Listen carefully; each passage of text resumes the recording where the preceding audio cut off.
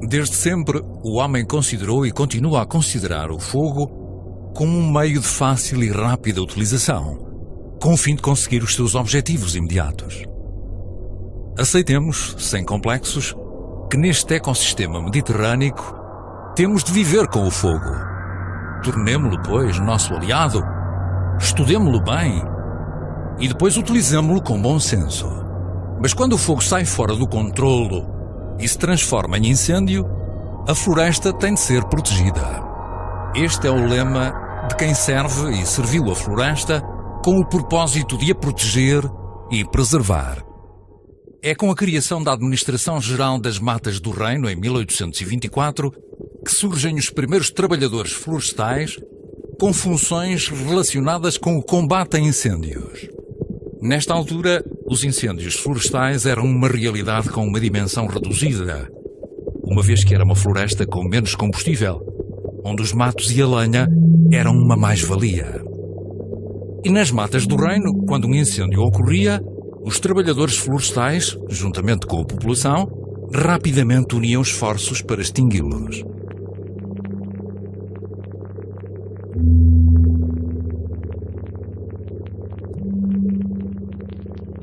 Vivia-se numa época em que a floresta era origem de recursos para a sinergética, agricultura, pastorícia, construção civil, combustível industrial e doméstico.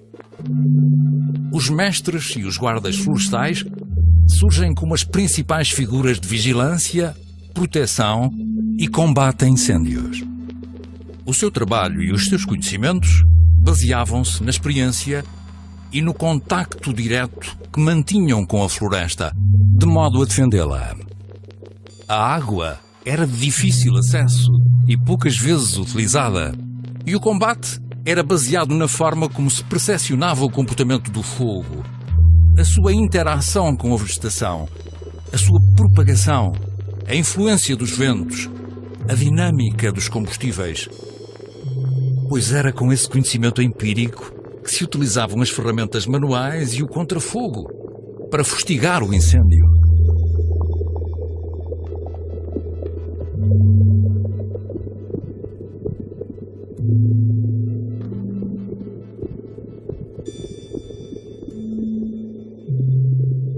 Em 1876, o Jornal de Horticultura Prática referencia pela primeira vez o uso do contrafogo. Para se lançar o contrafogo, vê-se bem qual é a direção do incêndio.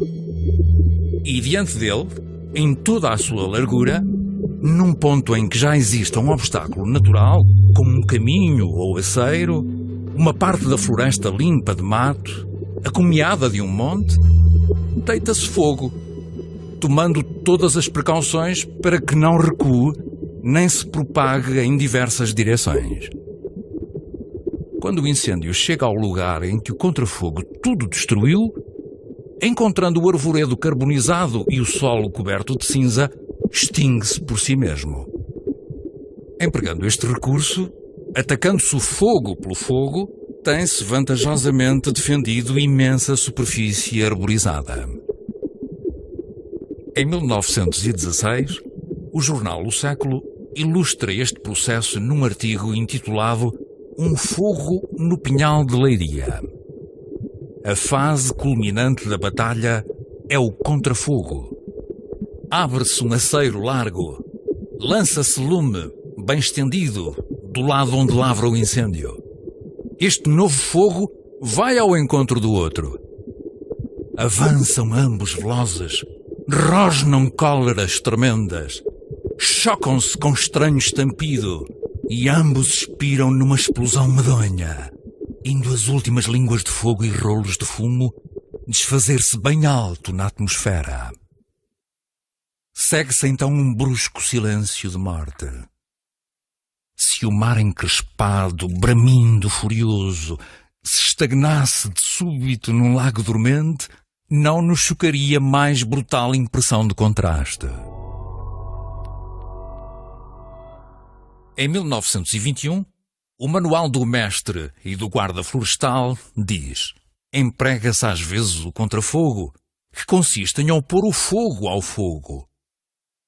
ateia-se propositadamente o fogo em outro ponto do pinhal, de maneira que vá ao encontro do primeiro.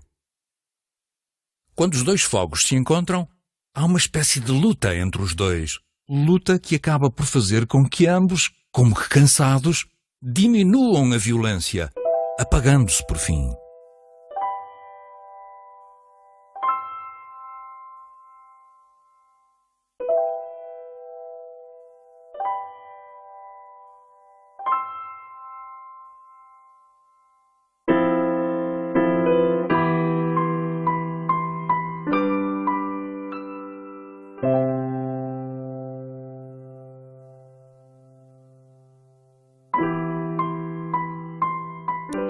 Em regra geral, todo o incêndio começa a fugir ao cima. Só num achã, não é? Só num achã, depende de onde estiver o vento. Na condição, pode não haver vento nenhum, mas quando os incêndios, quando começar um incêndio, começa logo a aparecer vento. O fogo começa aqui, e então ia um grupo de pessoal por aqui, outro por acolá, nos flancos, a apertar com ele, e de quando em quando ficava um jornaleiro, com uma enxada, a raspar, mas não raspar para fora o lume, tinha que raspar para dentro para o queimado. E assim íamos apertando com os fogos, apertando, até que conseguíamos dominá-lo à frente. Quando víamos, havia um arrife, por exemplo, ou um caminho, e o lume vinha naquela direção, e que a gente não conseguia mesmo dominá-lo, tentávamos fazer um contrafogo, porque o outro fogo mais forte puxa aquele lume mais brando para ele. E então a gente diz, ora bem, nós agora vamos chegar aqui um contrafogo, mas cuidado, não deixar vir para trás. Ia chegando o fogo e bumba, assim que ele passasse 2 ou 3 metros para cima, mais um bocadinho à frente. E era assim que fazíamos contrafogos. Aquilo depois era da experiência da gente. A gente via vir um lume muito forte. E pá, nós agora não podemos mexer. E se nos passa para ali, estamos desgraçados. Vamos ver se conseguimos abrir um aceirozinho por aqui adiante. E o mato, conforme se ia cortando, não se deitava para o lado do lume. Estava só para trás.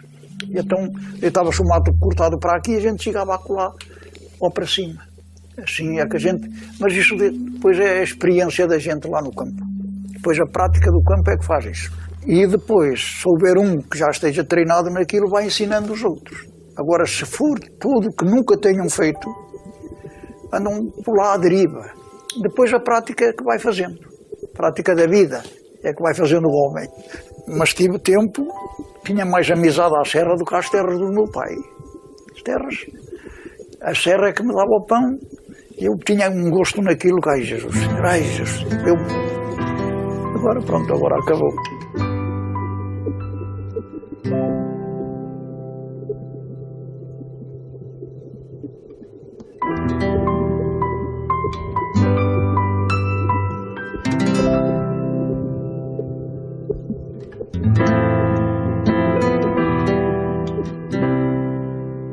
Os anos 30 e 40 são marcados por uma forte atividade dos serviços florestais, com a criação do Plano de Povoamento Florestal, que previa, em 30 anos, arborizar 420 mil hectares, estabelecer 125 viveiros, construir 940 casas de guardas e 140 postos de vigia.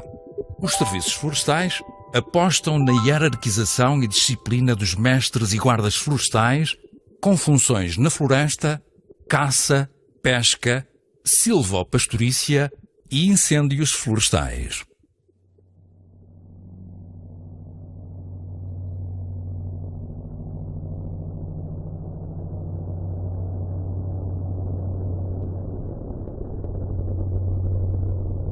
A gente pegava numa ponta de fogo e aquela ponta de fogo apagada era a base para nós, se nos desse para mal, porque o vento às vezes o tumbasse para cima de nós, tínhamos uma saída para dentro do queimado, e depois pegávamos o contra-fogo sempre encostadinho ao lume, nunca nos retirávamos, que era para não fazer 2 incêndios nem ir ganhar maior área.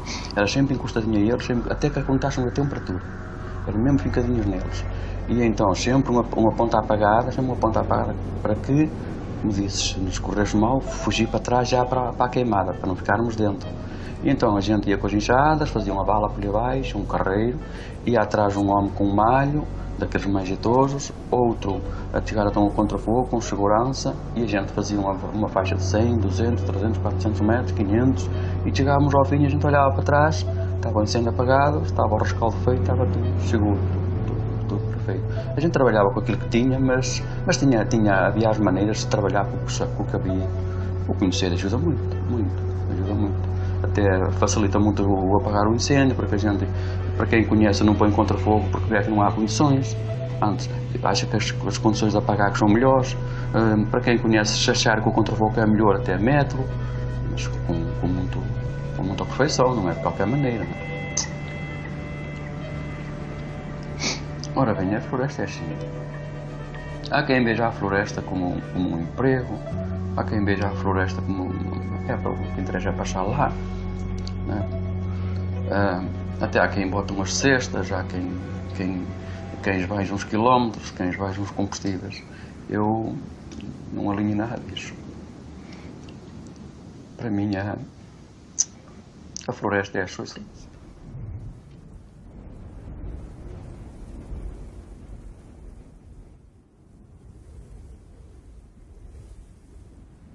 Também já ouvi dizer que, vou brincadeira, que eu que dizia que antes queria que os colares tinham uma perna de uma árvore.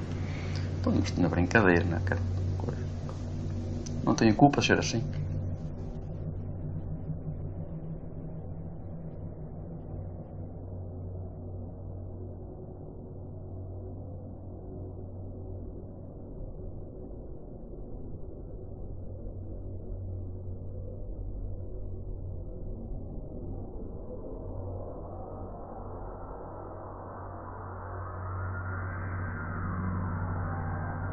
A partir dos anos 60, a dimensão dos incêndios atinge proporções mais dramáticas, motivadas pelo êxodo rural, pela modernização da agricultura, pela política de arborização do Estado com base na monocultura do pinheiro bravo, por vezes muito contestadas pelas comunidades locais. Estas modificações refletiram-se no desenvolvimento de uma floresta com mais combustível, mais vulnerável, mais contínua e menos compartimentada. É a partir desta época que surge a consciência de que existem incêndios muito mais difíceis de controlar.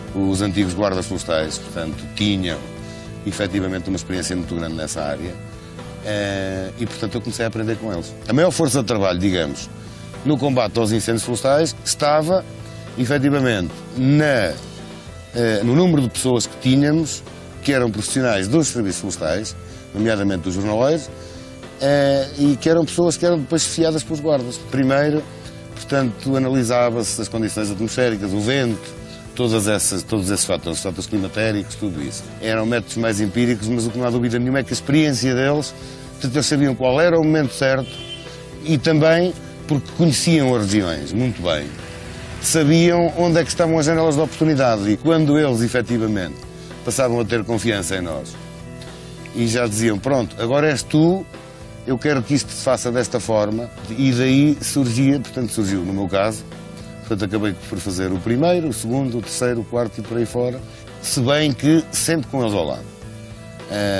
Até que pronto, chegou a altura que efetivamente eles deixavam de estar e eu partia sozinho para uma situação já sem eles. E nós nessa altura utilizávamos um método indireto, que era efetivamente o contrafogo, não só aproveitando as infraestruturas existentes, nomeadamente os caminhos e outras, mas também com essa gente que tinha a tal robustez física, para com foices roçadoras, com enxadas, com batedores, para abrirmos as tais faixas e depois, a partir da faixa, fazíamos o contrafogo. Portanto, isto era a tática que se privilegiava, portanto, no combate aos incêndios florestais em Portugal na altura. Os combatentes, se é que lhe podemos chamar assim, porque ao fim e ao cabo era um combate que se exercia, sabiam à partida que estavam a proteger, digamos, algo que fazia parte da sua vida. Se as pessoas viviam da floresta, se a floresta desaparecia, portanto, eles estavam, digamos, dependentes da floresta, era o seu ganha-pão.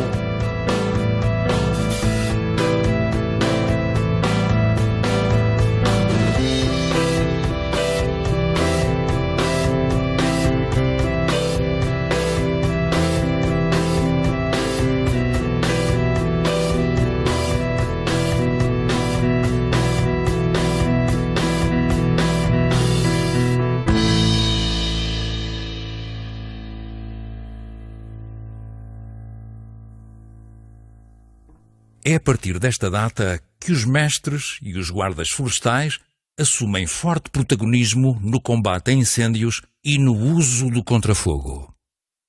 Nesta altura, deu-se também um passo fundamental: a criação das primeiras brigadas de combate a incêndios sob a alçada dos serviços florestais, equipadas com rádio. Até então só existia a rede telefónica ligada às casas dos guardas.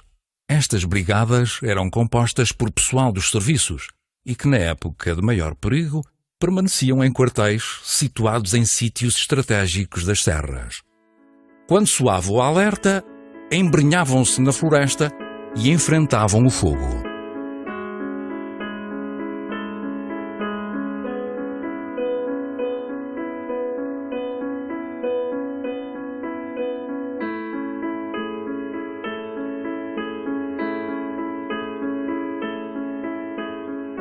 O contrafogo nasceu, quer dizer, da necessidade que tivemos para apagar o fogo. E o contrafogo tem que ser usado com muito cuidado, ver bem o pessoal que está empenhado no combate a incêndio, não haja o perigo de queimar alguém, e é essa a função sempre do chefe da brigada, estar em atenção àquelas coisas todas e orientar o sítio por onde é que há de passar o contrafogo. Fazer um carreiro de tal maneira limpo de proteção que às vezes o fogo não faça ricochete, atentando às condições do vento em especial. Se não for bem feito, pode, em vez de ser usado como contrafogo, pode atear o fogo, ampliar o fogo cada vez mais. Quem não conhecer bem o terreno, o sítio, e não esteja ambientado com a floresta, praticamente quase tanto lhe dá que para aqui, como para ali, como para acolá, e nós não. Nós cada fração mínima que fosse da área queimada, para nós era desgosto, era chatice. O valor da floresta para mim não tem valor. Toda a vida pensei que a floresta que era minha, trabalhava para a floresta, com o sentido de espírito, o sentido de, pronto, parecia que era tudo quanto fazia, parecia que estava a fazer mesmo, propriamente para mim. Portanto, fazia as coisas com gosto, tinha gosto mesmo na floresta. A primeira sementeira que fiz como guarda florestal aqui nesta freguesia eram cerca de 45 hectares. Vi arder mais tarde já com o pinhal com 18 anos de idade. Ora, foi triste para mim, até chorei. É sempre, claro, a gente sente-se porque não gosta de ver desaparecer aquilo que a gente faz com gosto, com carinho.